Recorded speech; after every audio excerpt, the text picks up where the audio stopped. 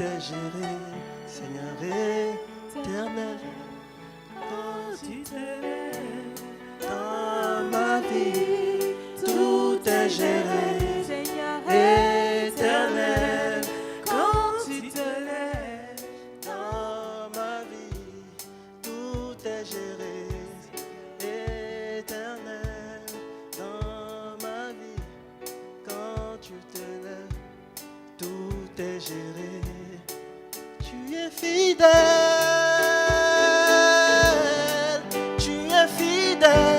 tout est géré. Tu es fidèle, tu es fidèle, tout est géré. Tu es fidèle, tu es fidèle, tout est géré. Tu es fidèle, tout est géré. Tu es fidèle, tout est géré. Tu es fidèle, tout est géré. Tu es fidèle, Tu es fidèle, tout est géré. tu es fidèle. J'entends dans mon esprit Henriette, ma bien-aimée. Henriette, ma bien-aimée. Où est Henriette? Henriette, tu es ma bien-aimée. Henriette, je t'ai choisie. Henriette, je t'ai attendue. Et le moment est arrivé pour toi. Pour entrer dans la dimension de la contemplation. Le moment est arrivé pour toi. Pour entrer dans la dimension de cœur à cœur. Le moment est arrivé pour toi, Henriette. Pour entrer dans la dimension. Ah, elle n'est pas la seule. Rado, Sapalia es. Elle n'est pas la seule. Il y a une grâce de l'adoration qui est Sapala. L'onction descend sur toi. L'amour de Dieu envahit ton cœur. L'amour de Dieu envahit ton cœur. L'amour de Dieu te remplit. L'amour de Dieu te remplit. Maintenant, reçois. Reçois la grâce. Reçois-la. Reçois la grâce. Allez, tiens, prends-la. C'est bon, prends-la. Le Père, il t'aime tellement. Il a visité ton cœur ce soir. Ah, Jésus, prends la grâce. Prends la grâce qui est disponible pour toi. Prends la grâce de la contemplation, la grâce de l'adoration, la grâce du silence et de la patience dans sa présence. Allez, reçois maintenant, au nom de Jésus-Christ. Les bâches. Le feu va commencer à entrer en toi. Le feu de l'adoration. Le feu de la consécration. Je vous toi maintenant. Tu seras étonné de comment tu vas gêner et prier. Tous les mensonges de l'ennemi sortent maintenant dans le nom de Jésus. Tu es la bien-aimée de Jésus. Tu es la bien-aimée. Il t'a choisi. Il t'a choisi ce soir.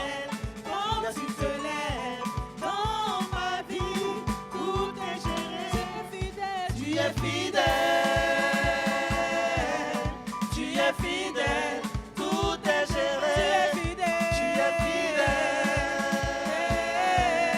Tu es fidèle, tout est géré. Tu es fidèle, tout est géré.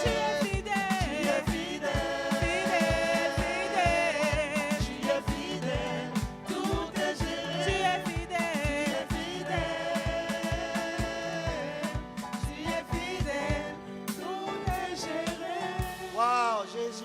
Est-ce qu'on peut acclamer Jésus?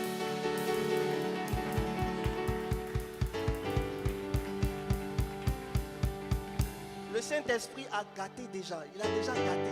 Donc, je ne sais pas ce que je fais. Je ne sais pas ce que je dois faire. Il a gâté. Je veux bénir le nom. Le nom de l'ange de cette maison. Je veux bénir le nom de l'ange de cette maison. Quand je dis cette maison, je parle de la maison Béthanie. Et quand je dis la maison Béthanie, et quand je parle de l'ange, je parle de l'ange.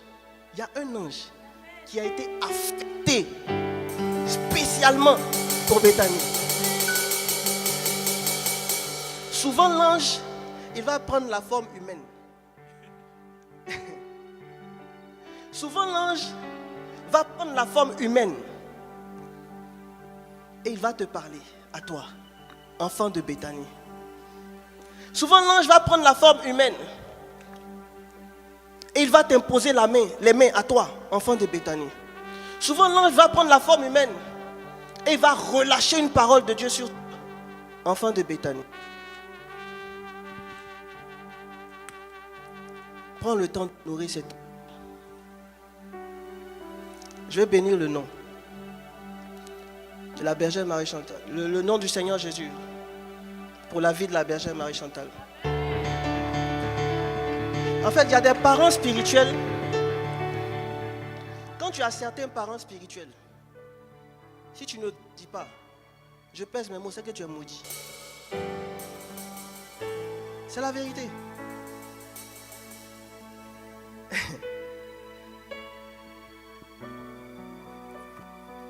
Parce que l'ange va tout faire pour que tu te relèves, pour que tu te lèves devant le trône de Dieu et dans le trône de Dieu. Mais tu vas refuser. Tu vas refuser pourquoi?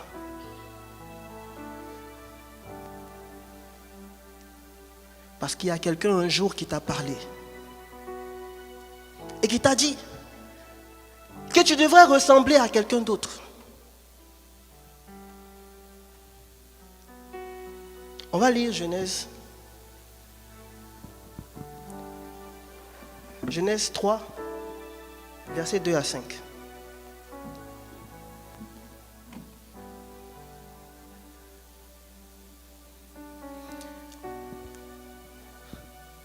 Vas-y.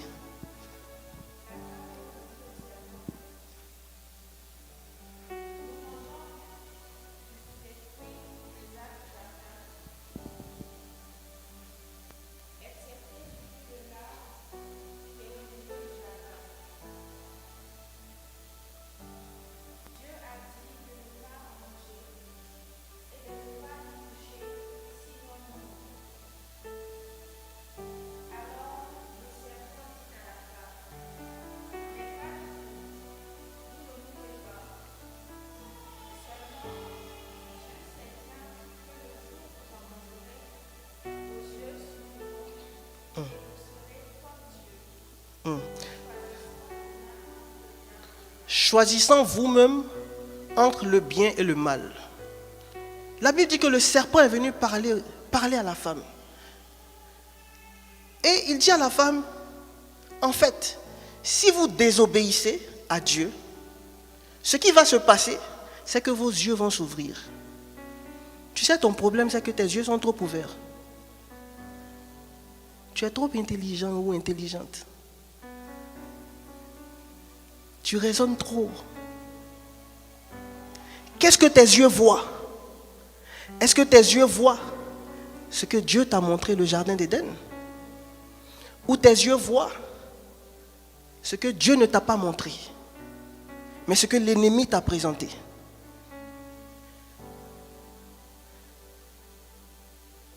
Il dit, vos yeux s'ouvriront.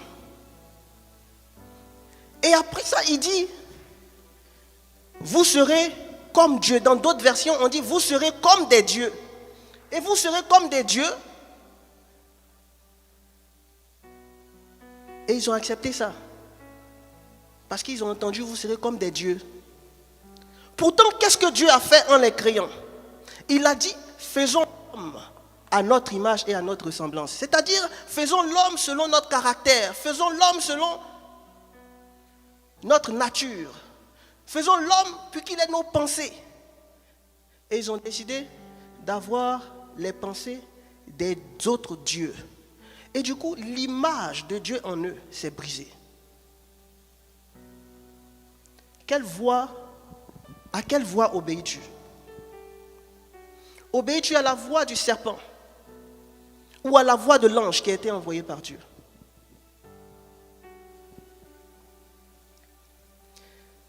Depuis ce temps, Adam et Ève ont commencé à marcher par eux-mêmes. Ils ont commencé à ressembler à eux-mêmes, à faire leur propre volonté, plus la volonté de Dieu. Et la Bible déclare après que Adam a eu un enfant qui s'appelle Seth. Et la Bible dit que Seth ressemblait à Adam. La Bible dit que Seth était créé à l'image de Adam et à la ressemblance de Adam. Il n'était plus à la ressemblance de Dieu. Il n'était plus à la ressemblance de Dieu. Il ressemblait au Dieu qui adore le péché, qui adore la désobéissance. Et par conséquent, il mourait. Je déclare sur ta vie que toute forme de mort cette année, programmée contre toi, a échoué dans le nom de Jésus. Reçois la grâce au nom de Jésus.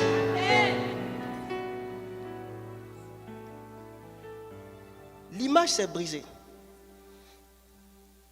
Mais notre thème aujourd'hui, c'est refléter Dieu pour ressembler, pour faire sa volonté, pour accomplir sa volonté.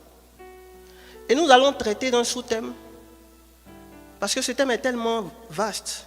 Notre sous-thème, c'est l'image avant l'œuvre. L'image avant l'œuvre.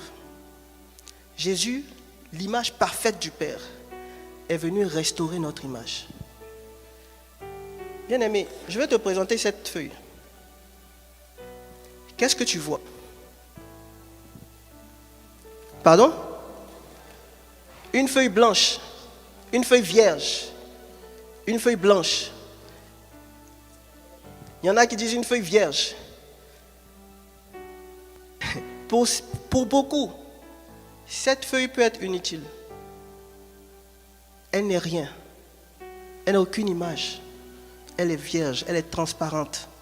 Elle est comme beaucoup qui pensent, qui se disent que dans la vie, ils sont transparents. Ils ne servent à rien. Ils sont sans impact. Mais bien aimé, laisse-moi te dire, elle a beaucoup de valeur aux yeux du Créateur de cette image, cette feuille. Elle a beaucoup de valeur. C'est une opportunité pour lui. Comme tu es une opportunité pour Dieu. Comme tu as de la valeur, toi aussi tu as de la valeur aux yeux de Dieu.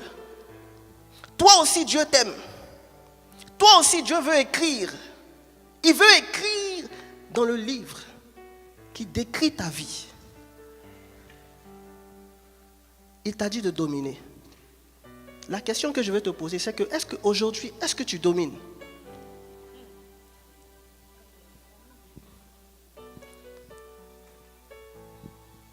Lisons Genèse 1, verset 27.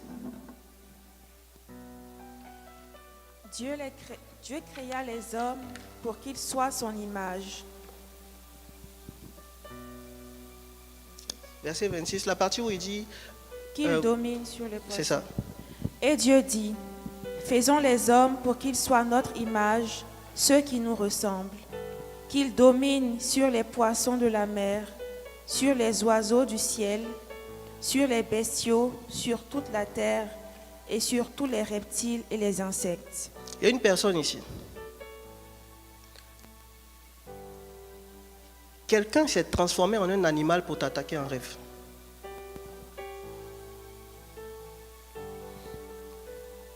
J'ai une question pour toi. Est-ce que tu as fui ou tu as dominé?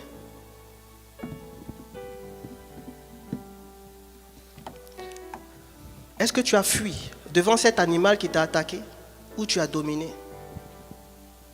Tu as dominé. Tu as dominé.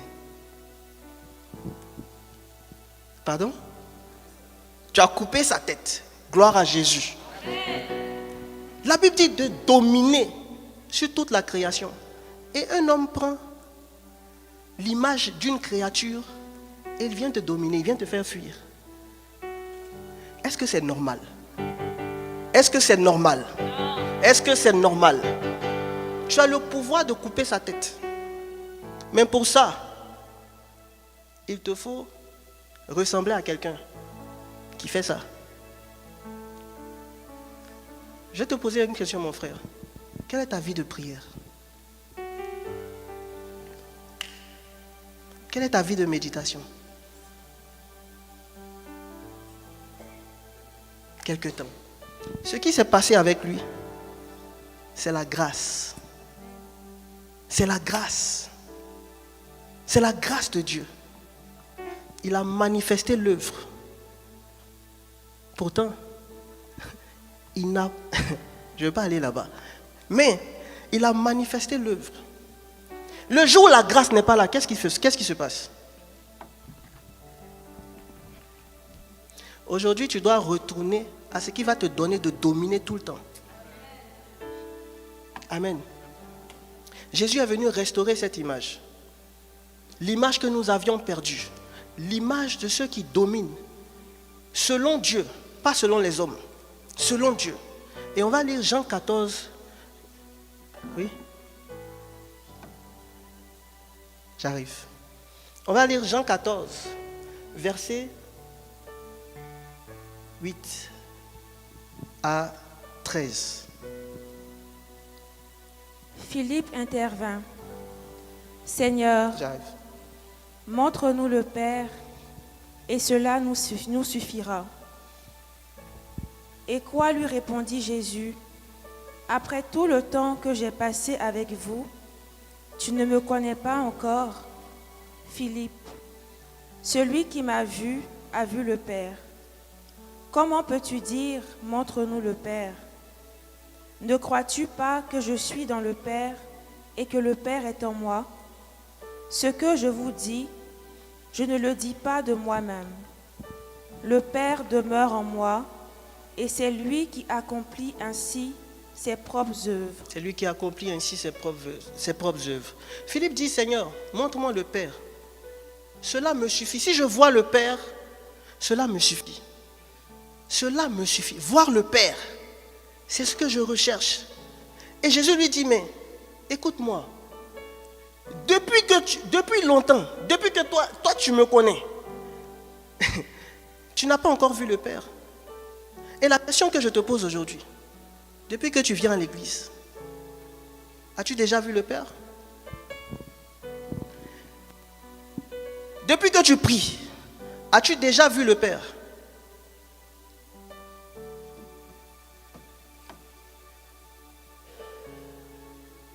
Parce que nous sommes dans les œuvres.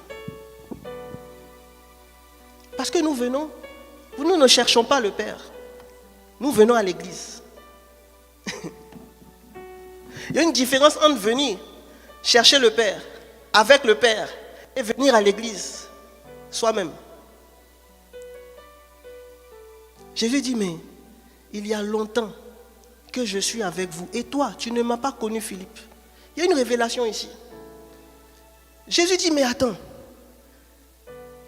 Le mot connaître ici, c'est connaître quand l'homme connaît sa femme.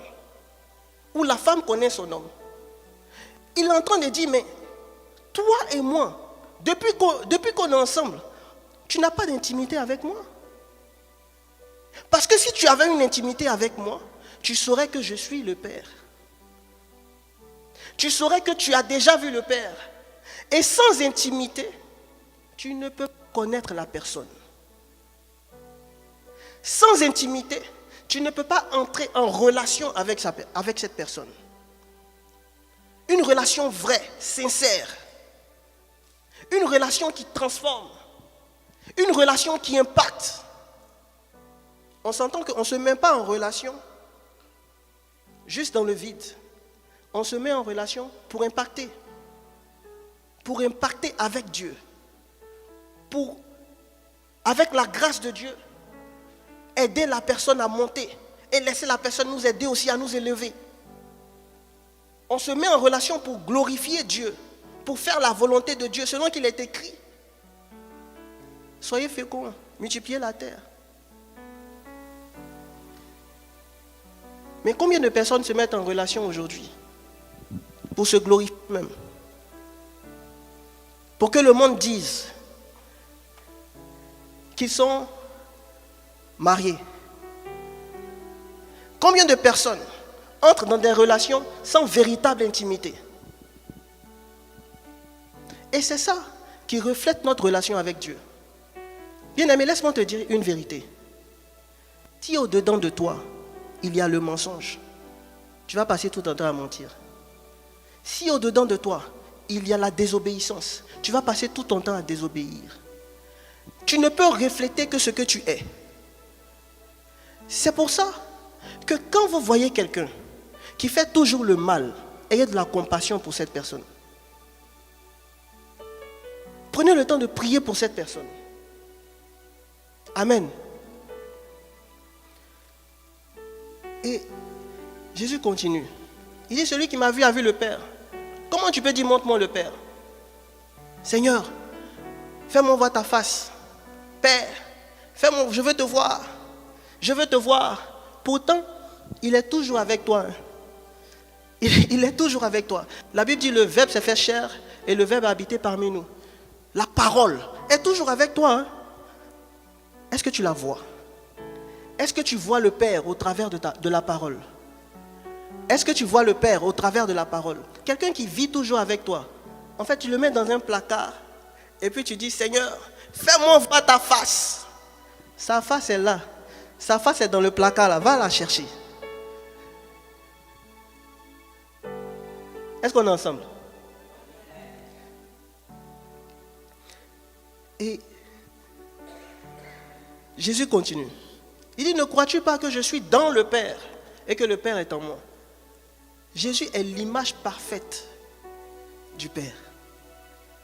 On s'en va quelque part. Retenez ça, que Jésus est l'image parfaite du Père. Il dit, les paroles que je dis, je ne les dis pas de moi-même. Et le Père qui demeure en moi, c'est lui qui fait ses œuvres. Jésus lui-même, Jésus, le roi des rois, le consolateur, le réparateur des brèches, le victorieux lion de la tribu de Juda, il dit que lui, les œuvres qu'il fait là, en fait, en réalité, ce n'est pas lui qui fait, c'est le Père. Maintenant, j'ai une question pour toi. Qui es-tu?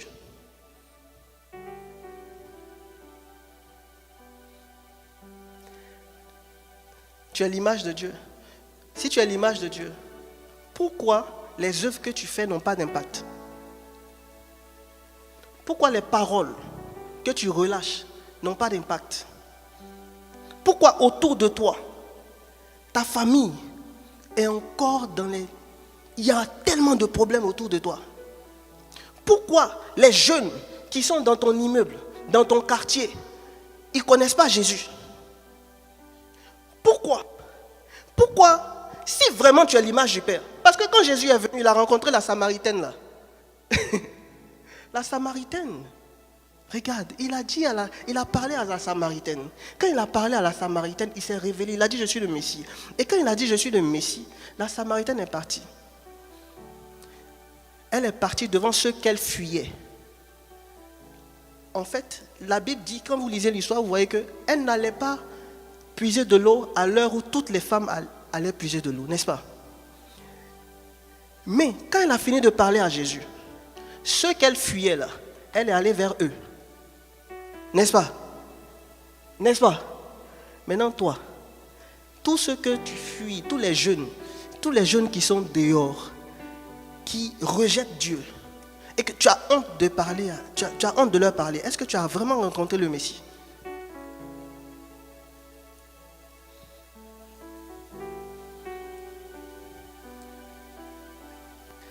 Honnêtement, tout ce que je suis en train de dire là, ce n'est pas dans mes notes.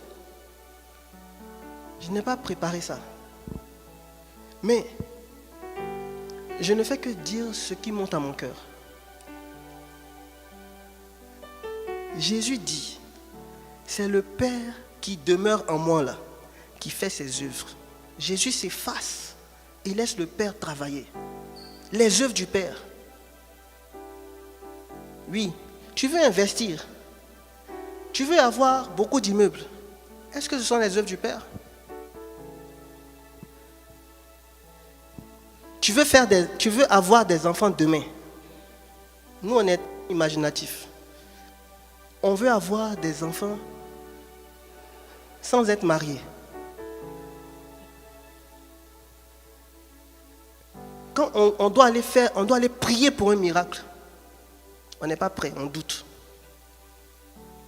Mais on est prêt à demander des choses impossibles à Dieu pour nous-mêmes. Est-ce que c'est normal? Et les autres? Si tu as une si grande foi, pourquoi tu es encore chez toi? Si tu as une si grande foi, pourquoi tu dors de 22h à 10h du matin? Alors que des gens souffrent. Alors que quelqu'un t'a appelé pour te dire qu'il est malade. Il y a une personne ici, quelqu'un t'a appelé pour te dire, c'est une femme, elle t'a appelé pour te dire qu'elle est malade. Tu n'as pas prié pour la personne. Tu as dormi. Et puis après, tu dis, Seigneur Jésus, fais-moi voir ta gloire. Quelle gloire? De quelle gloire on parle? Seigneur Jésus, je veux voir ta face. Hein? Je vais vous dire tout à l'heure comment on fait pour voir la face de Jésus. Seigneur. Si je suis dans le Père et le Père est dans moi. Bien-aimé, c'est fort ces paroles. Quand le Père est dans toi, tu ne peux pas aller souiller ton corps.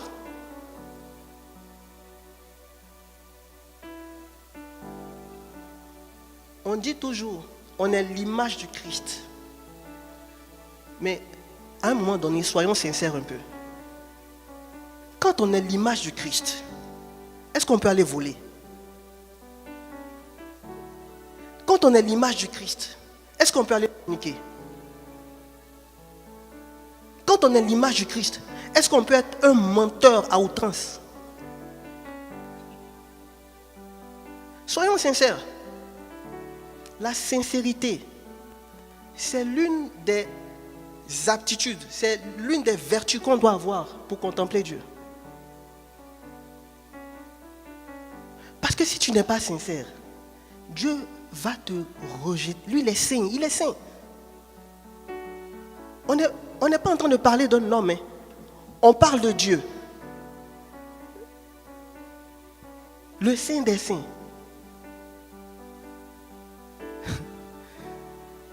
Il dit en vérité, je vous le dis. Celui qui croit en moi fera les œuvres que je fais. Celui qui croit, en d'autres termes, celui qui a foi en moi. Celui qui veut agir comme moi. Et quand je veux, et comme je veux, fera les œuvres que je fais et de plus grandes. En d'autres termes, pour faire les œuvres de Dieu, ce dont tu as besoin, c'est la foi. Ce dont tu as besoin, c'est lui. Ce dont tu as besoin, c'est lui ressembler véritablement. Ce n'est pas d'abord chercher les œuvres. Ce n'est pas d'abord chercher à guérir les malades. Ce n'est pas... Non, c'est la vérité. Tu dois d'abord chercher Jésus. Quelles sont tes motivations quand tu veux faire les œuvres? Et je vais lire Jean 5, verset 19. Jésus reprit donc la parole et leur dit, en vérité, je vous le dis, le Fils ne peut rien faire de lui-même, il ne fait que ce qu'il voit son Père faire, et tout ce que le Père fait, le Fils le fait pareillement. Il dit pareillement, quand quelqu'un est venu t'expliquer un problème et que tu as commencé à le juger, est-ce que c'est pareillement? Quand quelqu'un est venu t'expliquer un problème et que tu n'as même pas prié, tu n'as même pas demandé la sagesse de Dieu et tu as commencé à lui parler, est-ce que c'est pareillement?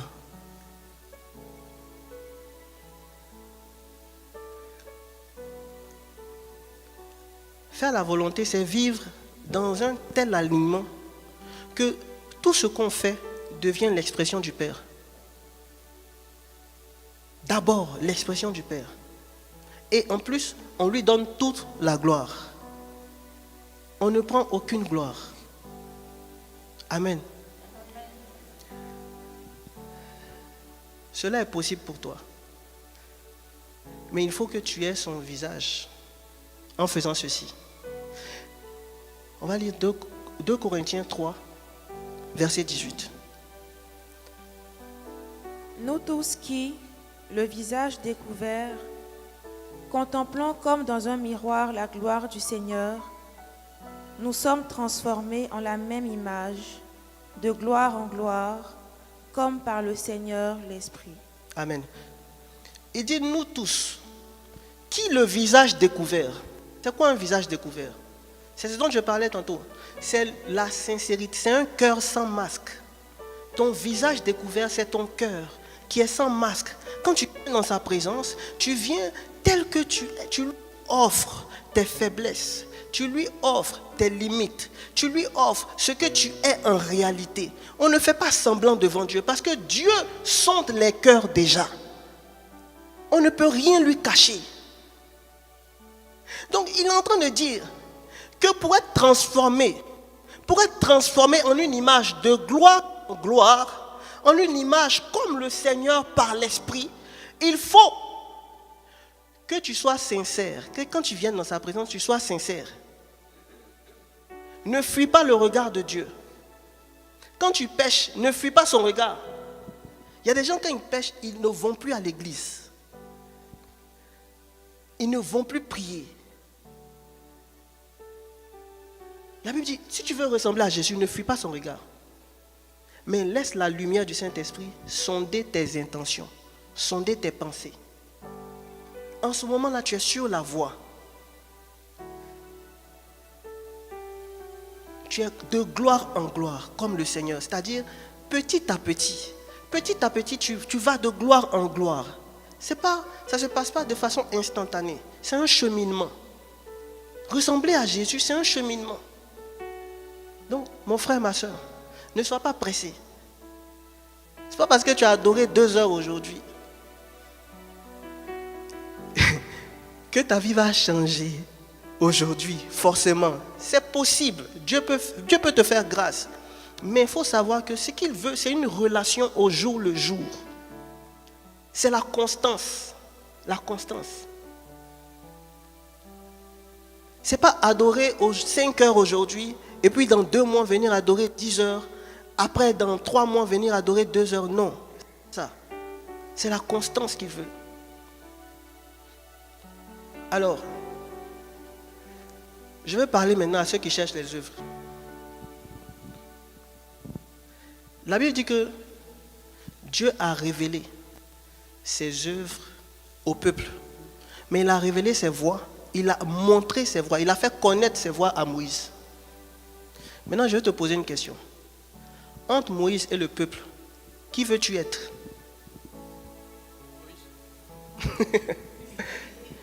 Tu veux être Moïse parce que tu veux les voies et non les œuvres. Ou bien je me trompe? Tu veux connaître les voies. En fait, le peuple était tellement immature que Dieu ne leur a montré que des miracles. Dieu ne leur a montré que les œuvres. Mais Moïse savait comment on fait faire les œuvres. Il savait à quel moment faire les œuvres. Moïse savait discerner les temps, les saisons. Parce qu'il avait les voies de Dieu. Il connaissait les voies de Dieu. Et on sait que Moïse, c'est quelqu'un, il ne s'amusait pas à la présence de Dieu. 40 jours, il est en haut là-bas, sur la montagne. Tout le monde le cherche. On dit, mais Moïse ne descend pas depuis là. Est-ce qu'un jour on t'a cherché aussi?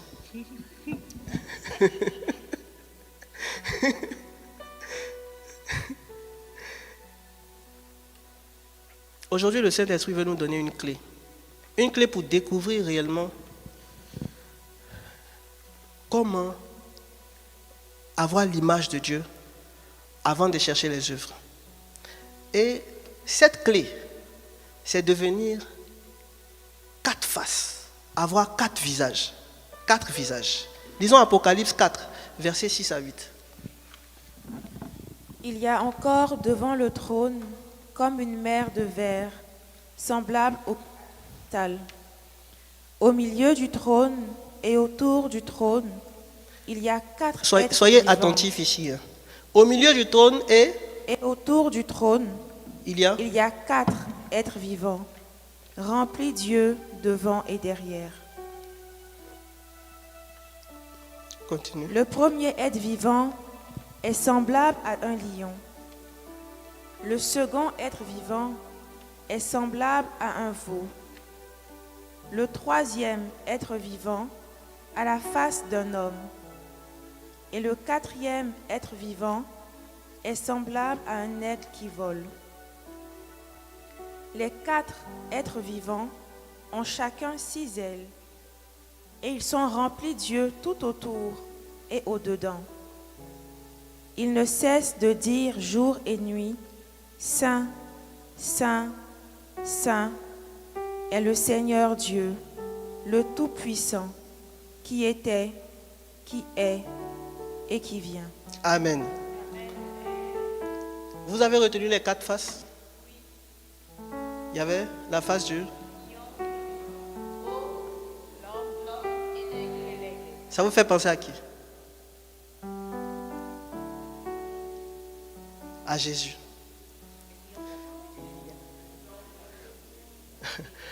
Ça vous fait penser à Jésus. Si vous voulez avoir l'image de Dieu, il faut avoir l'image de l'homme qui a l'image parfaite de Dieu, parce qu'on est des hommes. Et pour avoir l'image de l'homme qui a l'image parfaite de Dieu, il faut avoir ses faces. Ces 4 faces. La face du lion, la face de l'aigle, la face du veau et la face de l'homme. L'agneau représente quoi? L'agneau représente quoi? Maintenant, j'ai une question pour toi. Est-ce que tu es sacrifice pour Dieu?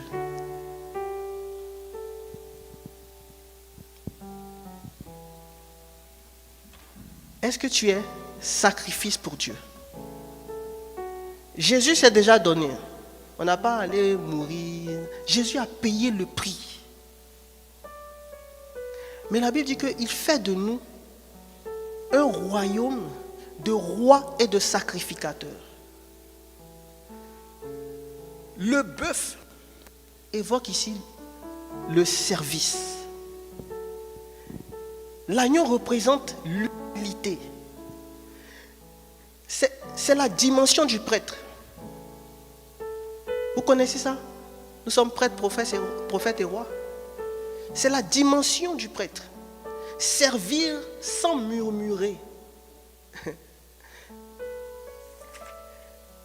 Vous avez un serpent qui est blessé, est plus dangereux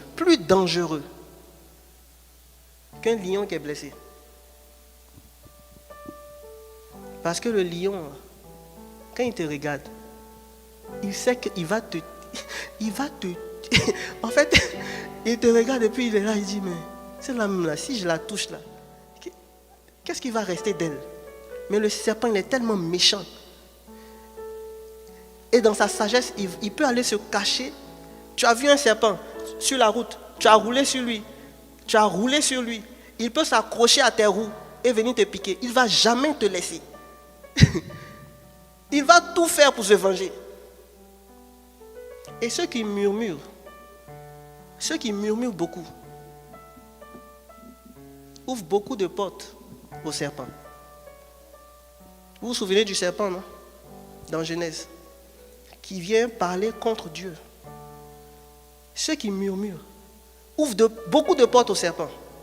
Quand vous murmurez contre vos autorités, quand vous murmurez contre vos autorités spirituelles, vous murmurez contre les prêtres, les évêques, les diacres, les gens qui prient pour vous tous les jours, des gens qui ont donné leur vie pour vous donner l'Eucharistie. Je maudis un serpent qui est rentré dans ta vie au nom de Jésus-Christ. La face de l'aigle, c'est la révélation du prophète. L'aigle plane, il voit loin. C'est la dimension du prophète. C'est selon Dieu. Pas selon les sorciers. Pas selon les marabouts. Pas selon les féticheurs. Tu dois atteindre la dimension du prophète. Parce que Dieu veut montrer à son peuple qu'il les connaît plus que les marabouts, plus que les féticheurs. Dieu veut montrer aussi à son peuple les voies, lui ses voies, les voies de Dieu. Dieu veut révéler à son peuple sa parole. Le lion, c'est le roi. Il symbolise l'autorité. Il symbolise la victoire. La dimension du roi, c'est gouverner selon le cœur de Dieu, avec la sagesse de Dieu. L'homme, la face de l'homme. La face de l'homme, c'est le visage. En fait, le visage de l'homme parle de la relation. De la relation avec Jésus. La relation de compassion. Il dit, aimez-vous. Voici le commandement que je vous donne. Aimez-vous les uns les autres. C'est la dimension de l'amour de Dieu pour nous. La Bible dit qu'il a donné son fils. Il a donné un corps à son fils pour que nous, on puisse être sauvés. Mais au-delà de ça, qu'on puisse retrouver son image. Parce qu'il nous aime tellement qu'il ne peut pas nous abandonner. Dieu ne va pas t'abandonner. Dieu est fidèle. Dieu ne va jamais t'abandonner. Même si tu t'es détourné de lui, Dieu ne va pas t'abandonner. Il va toujours courir après toi pour te sauver. Parce qu'il est le bon berger. La dimension de l'homme. C'est dans cette humanité sanctifiée que Dieu se révèle. Alors si quelqu'un ne connaît pas Dieu, c'est à travers toi que Dieu veut se révéler à lui. Mais il faut que tu sois sanctifié. Amen. La ressemblance divine ne supprime pas l'humanité. Tu peux être vrai homme et véritablement spirituel. C'est la vérité. Il faut développer les deux.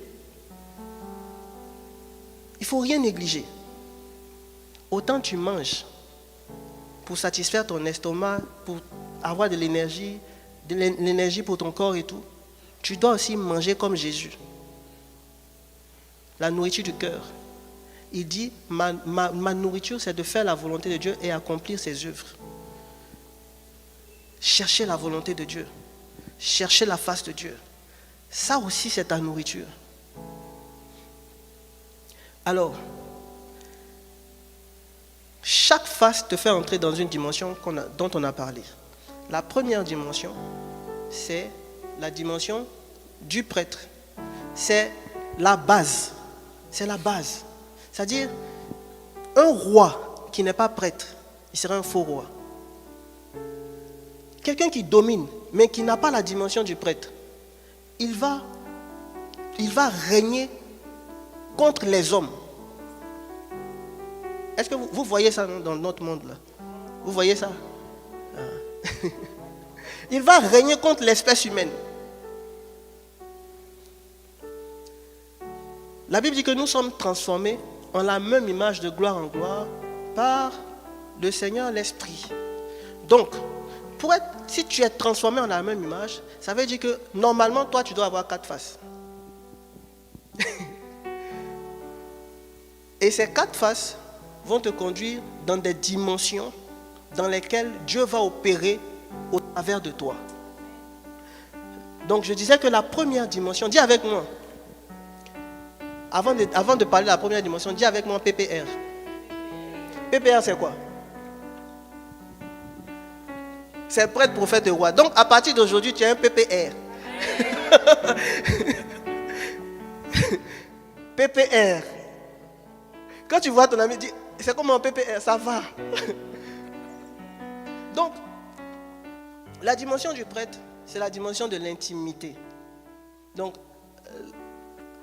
l'intimité avant l'activité. L'intimité avant l'activité. Le prêtre va d'abord chercher à consulter Dieu. Le prêtre va être dans la présence de Dieu. Le prêtre, il se tient toujours dans la présence de Dieu avant de parler. Le prêtre, avant de répondre, il prie. Sa voiture devient son sanctuaire. Son bureau devient son sanctuaire. Lui-même, il est l'autel. Il se donne tout entier à Christ. Amen. La Bible dit que Dieu n'a pas voulu il a voulu ni sacrifice ni offrande. Mais il a formé un corps. Et ce corps aujourd'hui là, c'est toi. C'est le tien. C'est le tien. Ton corps, c'est le corps que Dieu a formé. Il ne veut plus de sacrifice. Il ne veut plus d'offrande. La meilleure offrande qu'il veut, d'abord, c'est ton corps. Est-ce que tu es prête à lui offrir ton corps? Ça veut dire que tu es prête à jeûner. Tu es prête à passer du temps dans sa présence. Tu es prête à méditer la parole de Dieu, même si tu n'as pas envie. En fait, tu es prête à ne plus suivre les désirs de ta chair. Ne plus suivre les convoitises de ton corps. Amen. Qui veut prendre cette décision ce soir?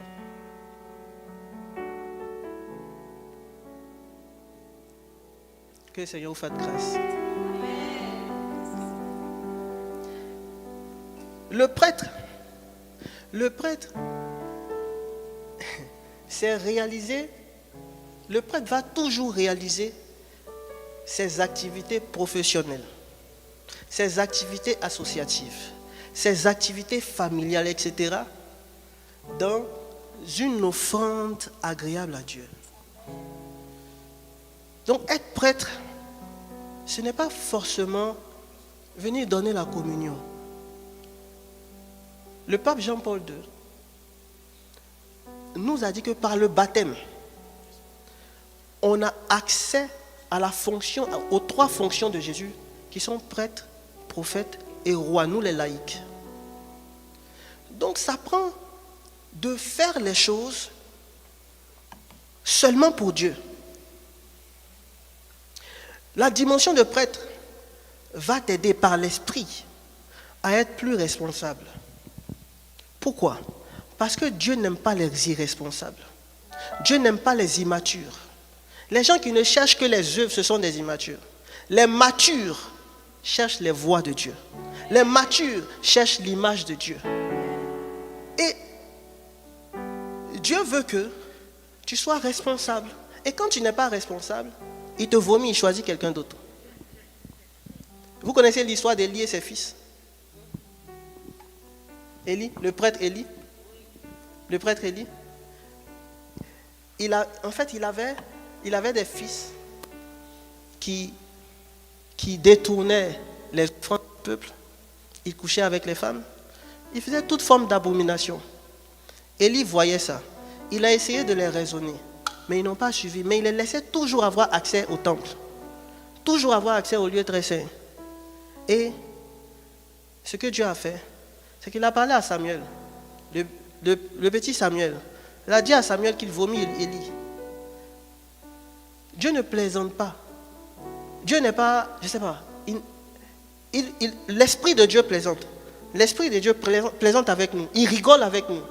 L'Esprit de Dieu peut nous faire rire, peut nous dire des choses qui font rire. Mais Dieu ne plaisante pas avec les choses sacrées. Donc quand on utilise les choses sacrées, les choses de Dieu pour insulter, quand on utilise la parole de Dieu pour détourner les enfants de Dieu, Dieu te vomit. Amen.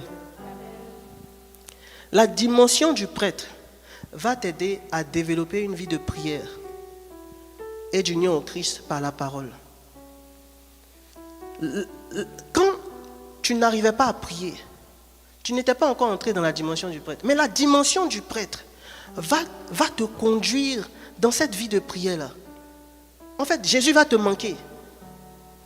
Quand tu ne vas pas prier, Jésus va te manquer. Parce que tu es son épouse. Il va te manquer. Ton esprit va le réclamer. Et c'est la dimension du prêtre qui fait ça. La dimension du prêtre va te pousser à participer chaque dimanche à l'Eucharistie. Au moins. Au moins chaque dimanche. Sinon, en semaine, tu auras aussi envie d'aller à la messe. Ne serait-ce que pour communier avec le corps du Christ. Ce ne sera pas juste pour aller à la messe. Ce ne sera pas juste pour te convaincre ou te dire à tes amis que tu vas à la messe. Mais le corps du Christ va te manquer. La dimension du prêtre, c'est aider aussi, participer au sacrement de réconciliation. Quand tu vois des gens qui ne se parlent pas, et puis ça ne te dit rien. Tu vois des gens qui sont en colère, les uns contre les autres, et ça, tu es insensible à cela. La dimension du prêtre va venir corriger cela par l'esprit.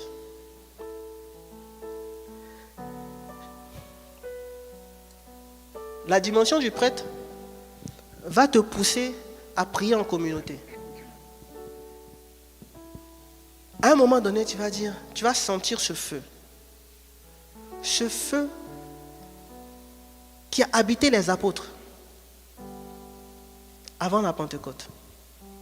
Tu vas vouloir te retirer en communauté. Donc tu vas vouloir aller en retraite avec tes frères et tes sœurs.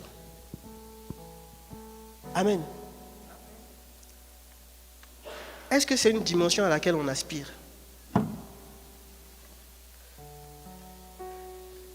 Vous voyez que cette dimension-là, prêtre, prophète et roi, en fait, ce n'est pas des choses pour satisfaire notre chair, mais c'est pour la communauté. C'est pour le service. Amen. Cherchez les 4 faces, la face de l'aigle. La face de l'aigle va t'emmener dans la dimension du prophète. Et Paul a dit, aspirez aux dons spirituels, surtout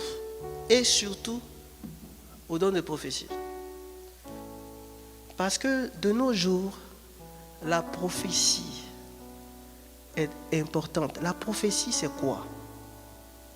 Souvent, on réduit la prophétie à venir donner des messages. En fait, on réduit le don de révélation à venir donner des messages. Non, tu as fait telle chose. Non, c'est ceci. Voici ce qui t'est passé dans ta vie. Ça, c'est le plus bas niveau.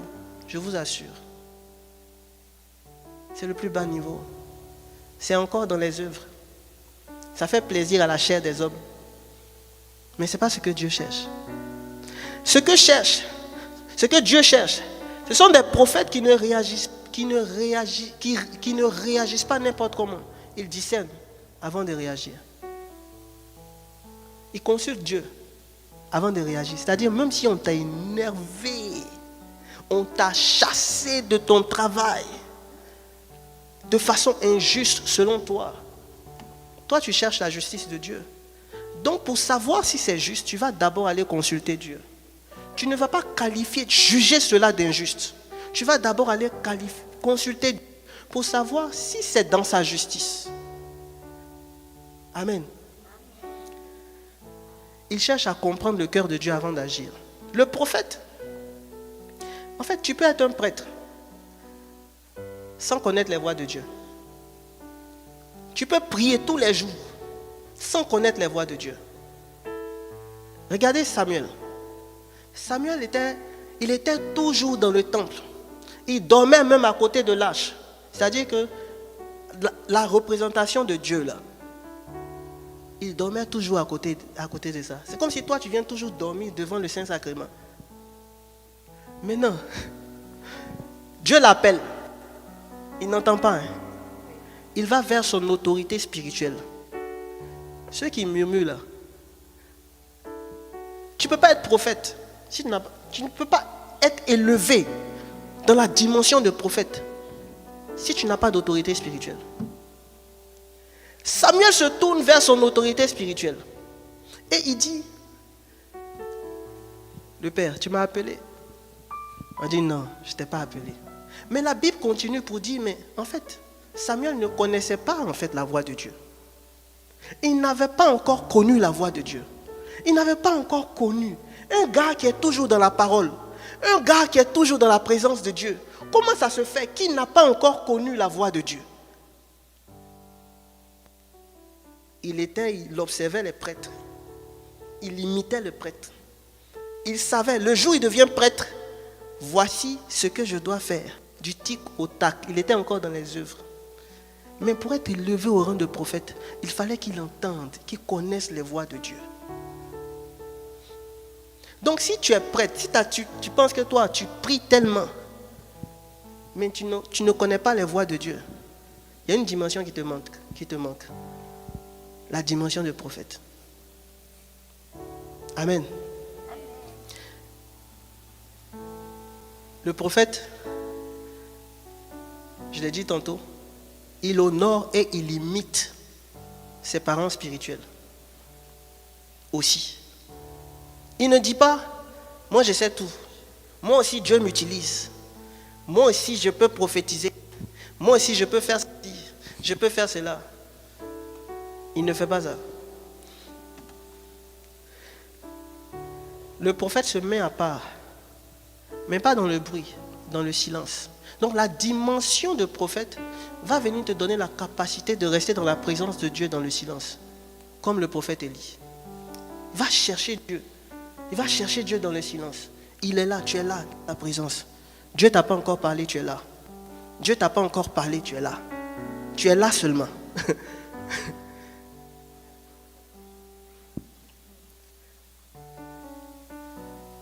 Le prophète, il dit et puis il agit pour changer les choses. Il ne parle pas dans le vide pour critiquer. La dimension du prophète va te faire détester ce genre de choses. Les calomnies, les critiques. Va te faire détester ça. Parce que tu vas voir ça comme une perte de temps. Tu vas voir ça comme quelque chose qui ne vient pas impacter. Parce que tu sais que quand tu ouvres la bouche, il faut que Dieu parle. C'est parce que Dieu a parlé. Et quand Dieu parle, ça impacte. Tu ne veux pas faire mentir Dieu. Le prophète, c'est celui qui annonce l'évangile dans son milieu. Tu dis tu es prophète, mais tu ne parles jamais de l'évangile. Or, la puissance que tu dois révéler là, en réalité, c'est l'évangile.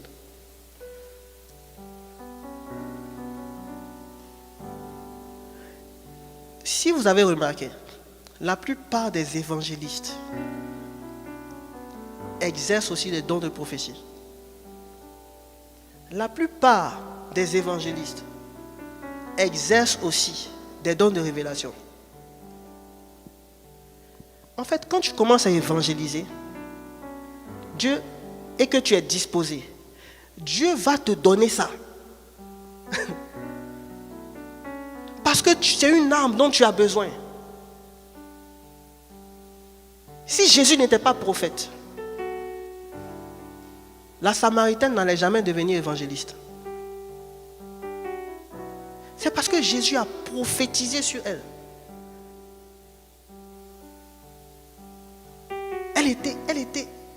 elle a été émerveillée par la profondeur du message de Jésus. Mais Jésus ne s'est pas arrêté là. Il lui a annoncé aussi l'évangile, il lui a annoncé la parole, il lui a donné la révélation du Messie. Et ça a transformé son cœur. Amen.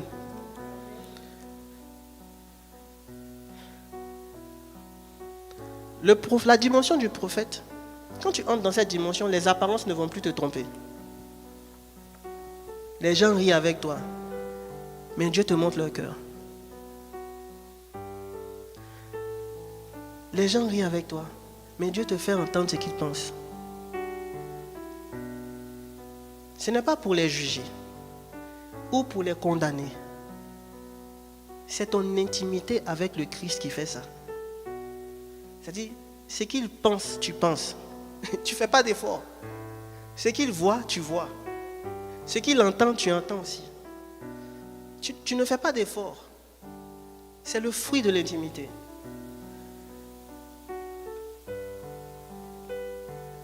Le prophète perçoit les réalités invisibles.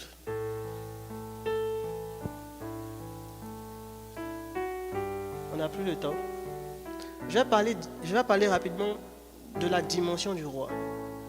La dimension du roi, le lion, la face du lion, c'est celui qui gouverne. On a dit, selon Dieu.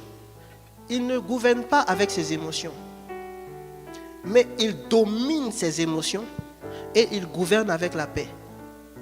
Le roi va toujours apporter la paix là où il est. Un vrai roi va toujours apporter la paix. Il va toujours rechercher la paix. Il entre dans une maison, il va proclamer, relâcher la paix dans cette maison. Parce qu'il a l'autorité sur le désordre. Jésus a dit à ses disciples, quand vous allez dans les maisons, quand on vous accueille bien, relâchez la paix que je vous ai donnée. Quand tu vas dans une maison, est-ce que tu relâches la paix? Tu peux aussi relâcher la paix dans ta maison. Parce que tu es aussi roi. Tu as la position d'autorité. Je déclare que tu rentres dans cette dimension au nom de Jésus-Christ. Je déclare que tu es un instrument de paix au nom de Jésus-Christ. Je prophétise sur ta vie que partout où il y avait les divisions, où il y avait les discordes, quand tu rentres là-bas, la paix s'installe au nom de Jésus-Christ. Je déclare que tu rentres dans des nations et la paix s'installe au nom de Jésus. Tu rentres dans des villes et la paix s'installe au nom de Jésus. Tu rentres dans des villes et le désordre se dissipe au nom de Jésus à cause de l'autorité du Père.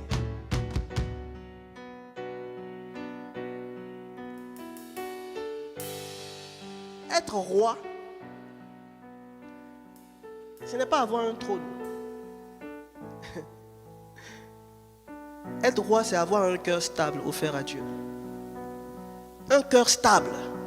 La dimension du roi va venir te stabiliser, affermir tes pieds. Quelles que soient les circonstances, quelles que soient les tempêtes, tu es là, tu es serré, tu regardes la tempête et tu parles à la tempête. Tu parles aux circonstances, tu parles aux situations, tu parles à la maladie, tu parles aux sorciers, tu parles aux occultes. Et ils t'obéissent. Parce que tu as l'autorité. Tu rentres dans ta maison. Il y a une situation qui te dérange. Tu as fait des histoires pour ça pendant 3 ans. Je suis en train de parler à quelqu'un. Quelqu'un vit avec toi. Et la personne, tu n'aimes pas la façon dont la personne vit. Et tu murmures. Qu'as-tu fait de ta position d'autorité?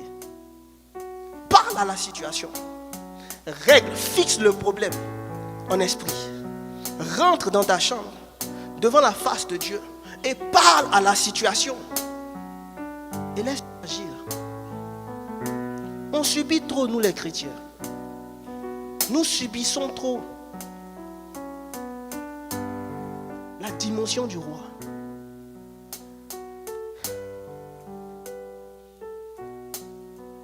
La dimension du roi te donne la capacité de gouverner sur ta famille.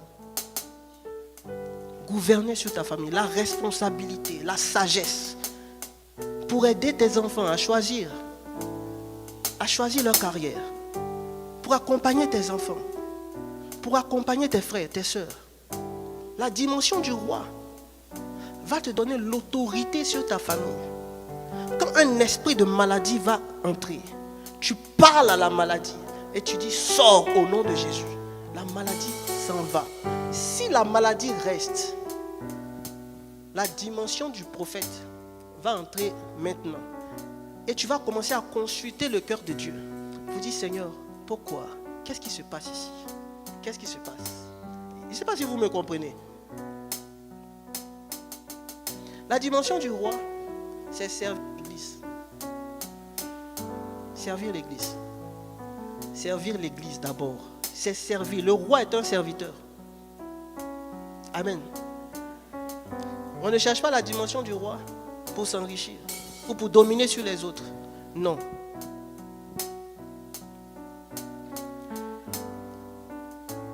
Et pour finir, la dimension de l'homme vient équilibrer le tout.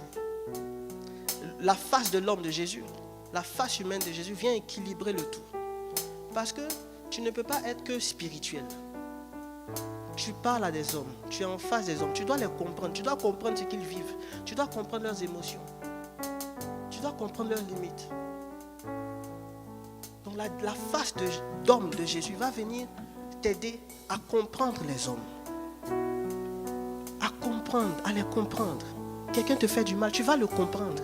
Tu auras ce cœur de compassion. Amen.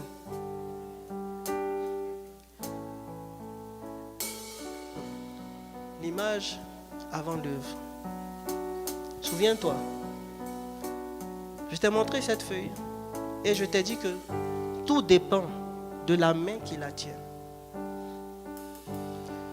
Est-ce que ce soir, tu veux mettre ta vie entre les mains du Créateur? Est-ce que ce soir, tu veux que ta vie redevienne son œuvre parfaite? Amen. Merci d'abord. Je reprends. Est-ce que ce soir, tu veux que l'image, est-ce que tu veux redonner la plume au Créateur? Ou tu veux garder cette plume?